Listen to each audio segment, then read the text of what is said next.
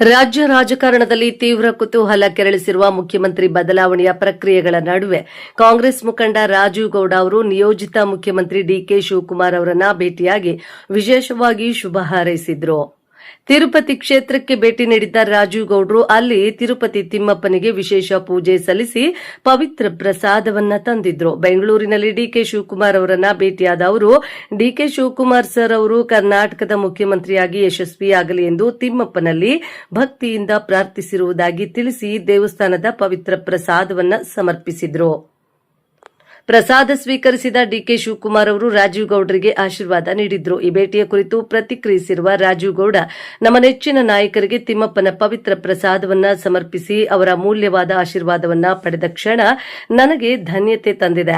ಅವರ ಸಮರ್ಥ ನೇತೃತ್ವದಲ್ಲಿ ನಮ್ಮ ಕರ್ನಾಟಕ ರಾಜ್ಯವು ಮುಂದಿನ ದಿನಗಳಲ್ಲಿ ಇನ್ನಷ್ಟು ಪ್ರಗತಿ ಮತ್ತು ಅಭಿವೃದ್ಧಿಯನ್ನ ಕಾಣಲಿದೆ ಎಂಬ ಭರವಸೆ ನಮಗಿದೆ ಎಂದು ಆಶಯ ವ್ಯಕ್ತಪಡಿಸಿದ್ರು.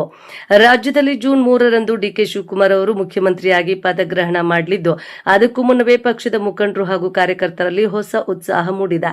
ನಾಯಕರ ನಡುವಿನ ಈ ಭಕ್ತಿಪೂರ್ವಕ ಹಾಗೂ ಸ್ನೇಹಪರ ನಡವಳಿಕೆಯು ಸದ್ಯ ರಾಜಕೀಯ ವಲಯದಲ್ಲಿ ಗಮನ ಸೆಳೆದಿದೆ. ವರದಿ ಮಳ್ಮಾಚನಹಳ್ಳಿ, ಗೋವರ್ಧನ್ ಶಿಡ್ಲಘಟ್ಟ.